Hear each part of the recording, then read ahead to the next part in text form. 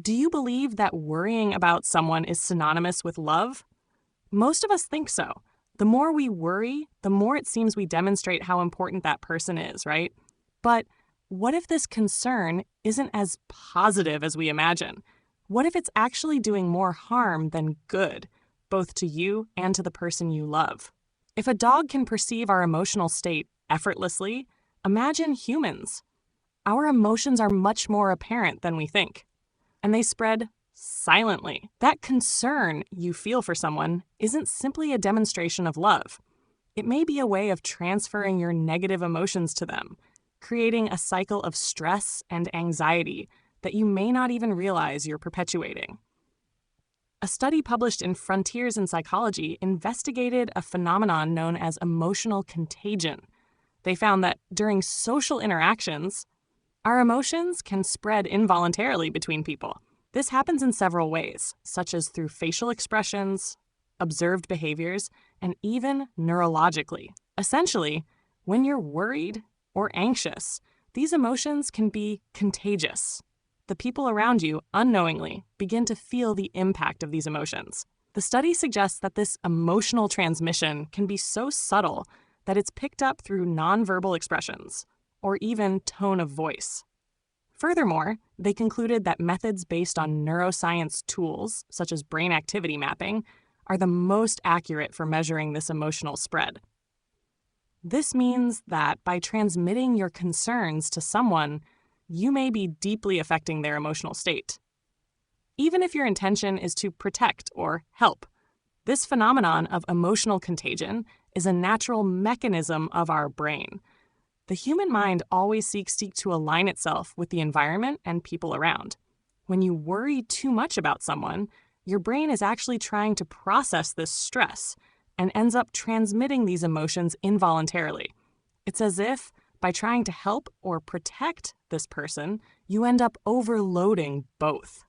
The concern, which we often believe to be a sign of love, can turn into an invisible chain of anxiety, creating more stress than support. This cycle can create a relationship based on tension, where, unknowingly, you are fueling an emotional disconnection. Imagine a simple situation. You notice that a friend is going through a tough time, so you start worrying about them. You call several times, send messages, and without realizing it, you begin to transfer your own stress in the attempt to help. Gradually, your friend, who is already overwhelmed, starts to feel the weight of your concern. What could have been a moment of support turns into more anxiety for them. They may even start avoiding your calls, not because they don't value your friendship, but because they don't want to deal with this additional emotional burden. This happens because excessive concern, rather than helping, can end up creating more barriers and distance. The good news is that you can transform this concern into something much healthier: compassion. Instead of letting yourself be consumed by anxiety over what could go wrong, start practicing compassion, which is the ability to be present with someone without carrying the emotional weight of the problem. This means opening up to listen, supporting in a gentle way, and giving space for the person to feel what they need to feel, without your own emotions overshadowing theirs. Next time you notice that you're worrying too much, ask yourself, what can I do to genuinely help without absorbing this negative energy?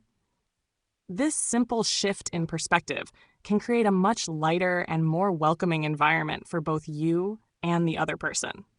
Compassion, unlike concern, does not involve an emotional burden. It allows you to offer support in a more balanced way. This means that instead of focusing on the problem and potential negative outcomes, you focus on being present and available. Practice, for instance, listening without immediately trying to solve the problem, or asking the person how you can be genuinely helpful without assuming that you need to save them. Compassion also involves respecting boundaries. Often, the best way to help someone is to give them space, allowing them to process their emotions in their own time. With this approach, you'll find that instead of transmitting concern and stress, you'll be transmitting peace, calm, and a true sense of support which is far more effective in strengthening any relationship. Did this make sense to you? If you've ever found yourself worrying too much about someone, comment below on how you dealt with it. And hey, if this message helped you in some way, go ahead and give that like and subscribe to the channel. It's quick and really helps a lot. Share this video with anyone you think needs to hear this today.